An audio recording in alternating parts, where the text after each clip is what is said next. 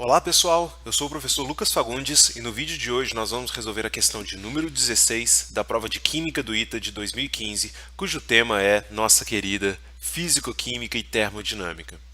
Vamos ler a questão. Considere a expansão de um gás ideal inicialmente contido em um recipiente de 1 litro, sob pressão de 10 atm. O processo de expansão pode ser realizado de duas maneiras diferentes, ambas a temperatura constante. Processo 1.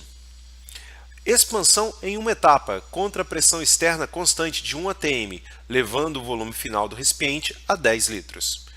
E o processo de expansão número 2 é uma expansão em duas etapas. Na primeira, o gás expande contra uma pressão externa constante de 5 atm até atingir um volume de 2 litros. E na segunda etapa, o gás expande contra uma pressão constante de 1 atm, atingindo um volume final de 10 litros. Com base nessas informações, assinale a proposta correta. Letra A. O trabalho realizado pelo gás é igual nos dois processos de expansão. Letra B. O trabalho realizado no primeiro processo é metade do trabalho realizado no segundo processo. Letra C. A variação da energia interna do gás é igual em ambos os processos. Letra D. A variação da energia interna do gás no primeiro processo é metade da do segundo processo. E letra E. O calor trocado pelo gás é igual em ambos os processos. Olha só, pessoal, se você observar os dois processos, em todos eles, o recipiente sai de 1 litro e chega a 10 litros. Então, a pressão vai diminuir de 10 atm para algum valor. Tá?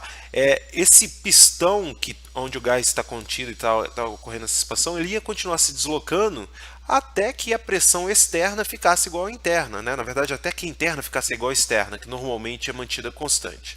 Ok? Então, olha, se você já relembrar dos conceitos de função de estado e coisas do tipo, você já conseguiria, né, ter uma luz para resolver essa questão rápida. Mas caso não lembre, vamos comentar aqui alguns detalhes.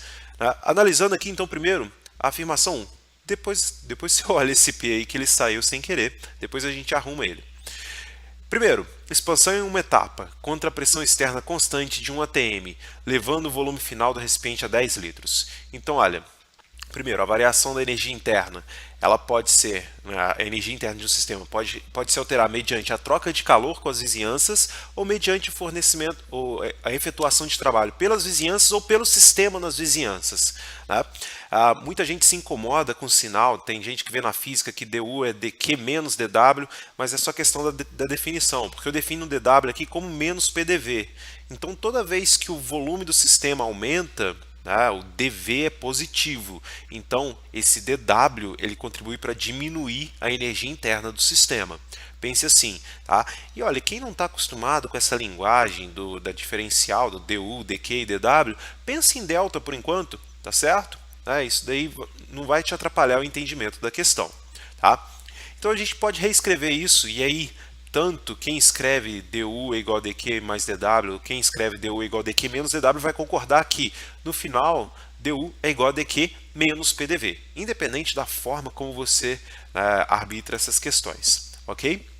Então, olha, eu vario a energia interna trocando calor e efetuando trabalho sobre o sistema ou pelo sistema. Perfeito. Eu tenho, então, o meu sistema, onde eu tenho um gás dentro do sistema, embaixo aí do pistão, que está a 10 atm. E na primeira situação, eu tenho uma expansão contra a pressão externa constante, então a pressão externa de 1 atm. A gente sabe então que esse pistão vai se deslocar para cima, o dV vai ser positivo e a energia interna do gás vai diminuir. Então eu tenho um volume inicial de 1 litro, o meu sistema chega no volume final de 10 litros e eu tenho uma variação de volume aqui de 9 litros. Agora você vai ver o porquê desse pezinho aí, ele só não entrou na animação, que é eu posso colocar isso aqui num diagrama. A minha pressão se manteve constante durante todo o tempo, porque não teve nenhuma outra entidade fazendo pressão sobre o pistão além da pressão atmosférica. Então o pistão vai se deslocar contra a pressão atmosférica. Repara, ele não está se deslocando livremente, não é uma expansão no vácuo, existe uma pressão contra o pistão, existe uma espécie de peso que coloca o pistão para baixo. Só que a tendência dele é deslocar porque a pressão dentro do recipiente é maior do que a pressão externa.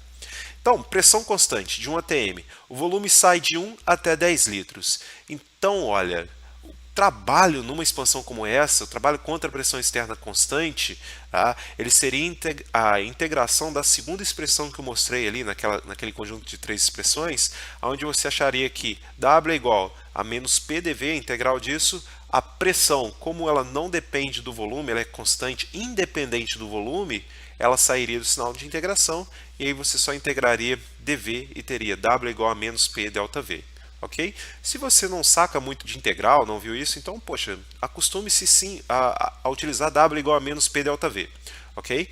Então, olha, esse daí seria o trabalho. O trabalho seria a área sobre a curva, que é, na verdade, uma das interpretações para o conceito de integral também. Tá certo? De W igual a menos P delta V. Agora, vamos olhar na segunda situação. Eu tenho uma expansão em duas etapas. Na primeira, o gás vai se expandir contra a pressão externa constante de 5 atm, até atingir um volume de 2 litros. Então a gente pode pensar no seguinte, uma pressão externa de 5 atm ela pode ser conseguida com a pressão atmosférica mais uma pressão causada por alguns pesos, por exemplo, colocados sobre o pistão, correto? Tá? E aí, olha, esses pistões... esses pesos sobre o pistão, eles aumentam a pressão externa. Então o gás, na hora de se expandir, ele vai ter que se expandir não só contra a pressão atmosférica, mas ele vai ter que ser capaz de empurrar pesos situados em cima do pistão. Perfeita essa ideia, pessoal? E aí, olha, o volume então sai de 1 litro para 2 litros. Essa é a primeira etapa de expansão. Eu tenho um ΔV aqui de 1 litro. Perfeito? Né? Então eu teria um trabalho associado a essa etapa. E está aí no diagrama. Indo de 1 a 2 litros na pressão de 5 atm, o trabalho dessa primeira etapa seria menos P delta V. Ok, congela o sistema nessa situação, o sistema foi parado ali, e depois ele expande de 2 litros até 10 litros, uma variação de volume de 8 litros, contra agora uma pressão externa de 1 atm, igual na situação anterior. Então no diagrama isso vai ficar assim. Correto? Então, só de olhar, rapidamente a gente já vê que o trabalho nos dois processos, o trabalho de expansão desse gás nos dois processos é diferente, correto? Não pode ser igual, porque os diagramas são diferentes e parece que o primeiro diagrama que a gente mostrou está contido aí dentro do segundo. O segundo ele é um pouco maior, ele tem uma área um pouco maior. Então, olha só, vamos analisar cada item, item por item. Item A. O trabalho realizado pelo gás é igual nos dois processos de expansão. Poxa, isso aqui já deu para ver que não. Né? Se eu for fazer uma estimativa de cálculo aqui, no primeiro processo, o W vai ser menos P, que é 1 atm, vezes ΔV, 9 litros. Aí eu coloquei na unidade aqui menos 9 atm litro, tá, pessoal? O trabalho tem unidade de energia, mas pressão multiplicada por volume vai me fornecer a unidade de energia, só que essa unidade aí não é joule, ok? Para converter em joule, você teria que converter o atm em pascal e o litro em metro cúbico, tá certo? Aí não daria exatamente 9, que a relação de atm para pascal ela não é bonitinha, tá? Vai dar 1 atm é igual a 1,01325 vezes 10 a 5 pascal, tá certo? Então não ia dar bonitinha, ia dar 9 e uns quebradinhos, tá certo? E no segundo diagrama, deixando na mesma unidade do primeiro, nós teríamos aí na primeira etapa de expansão 5 vezes 1 atm litro, correto? Né? Porque a pressão é de 5 atm, a variação de volume é de 1 litro. E depois 1 vezes 8, pressão de 1 atm, variação de volume 8 litros. E aí eu teria um trabalho maior, de 13 atm litros. Então quer dizer que nesse processo a energia interna, a contribuição para a diminuição da energia interna pelo trabalho é maior. Isso, depois você vai ver, não quer dizer que a variação da energia interna possa ser diferente. Mas eu estou dando spoiler aqui da questão. Mas olha... Uma coisa a gente calculou aqui agora e provou, mesmo que não nas unidades corretas, que o trabalho no primeiro processo não é metade do trabalho do segundo processo, tá certo? Agora, vem a última parte da questão, porque com ela a gente mata a letra C, D e E, que é encontrar a variação da energia interna. Depois você vai entender também por que você mata E. A variação da energia interna...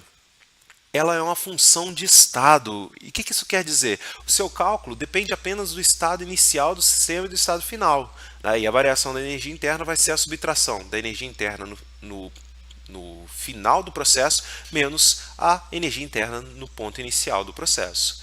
Ok? Então, olha, se você pensar nos dois processos, no primeiro o sistema expandiu com um peso acima.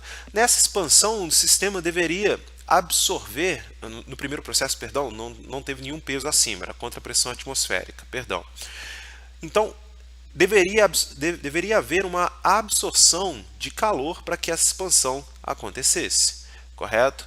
O meu sistema vai expandir o seu volume, fazer trabalho nas vizinhanças e absorver calor das vizinhanças, correto?